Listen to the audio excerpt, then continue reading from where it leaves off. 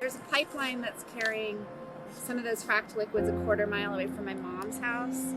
Poisoned our reservoir that I grew up on. We've made fracking illegal in New York State because of health and safety issues, but we're still willing to frack our neighbors and pipe in their gas. It's just disgusting.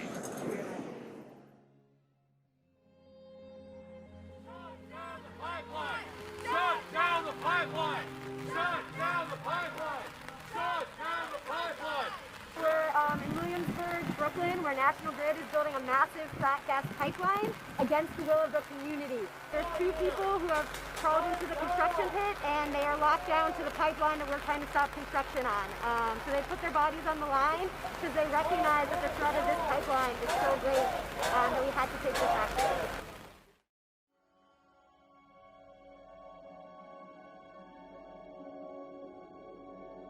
The way that I got involved in this fight is that my mom actually lives 1 block away from phase 1, so that's down there. So I got involved because I was scared for my health, for my mom's health, and for all the people that live along this pipeline route. It really goes through predominantly black and brown and working class communities, right? This kind of toxic infrastructure is very rarely built in wealthy and whiter communities, right? So this is an example of environmental racism happening right now in our city. Methane is a greenhouse gas. It's actually 86 times or more than that more potent than carbon dioxide in terms of climate change, right? And so this is the stuff that is going underground really near to our communities. And we know that pipelines leak. There's only 2 kinds of pipelines, ones that have already leaked and ones that are going to leak. Brownsville is ranked #1 in cancer, fun fact. We're #1. That's crazy. That's sad.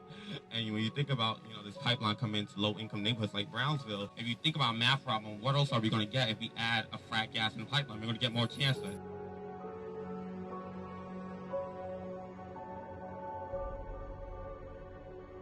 We're not the enemy here. We work and live. I've been working in Brooklyn for over 30 years. So I just wanted to put that out, and that we are clean. But the real point I wanted to make is this project is all about safety and reliability. So when you say, well, why would you put this thing in?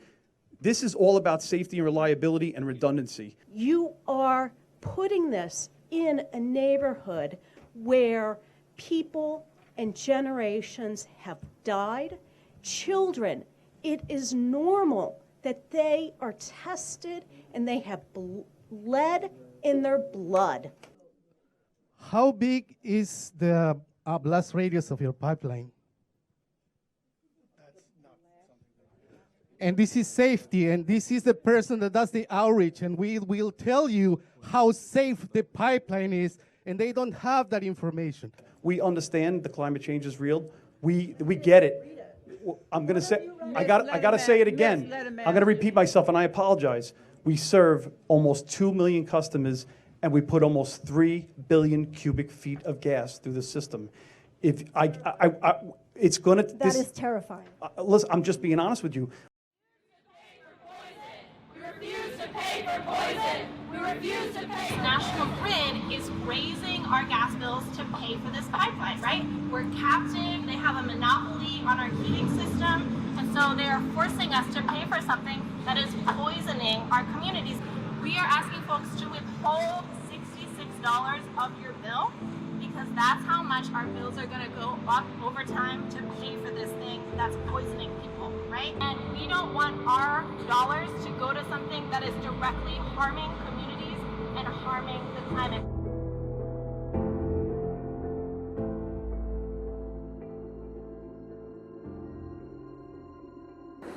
We filed a lawsuit against them, against the city who was doing nothing, and we also filed a lawsuit against National Grid.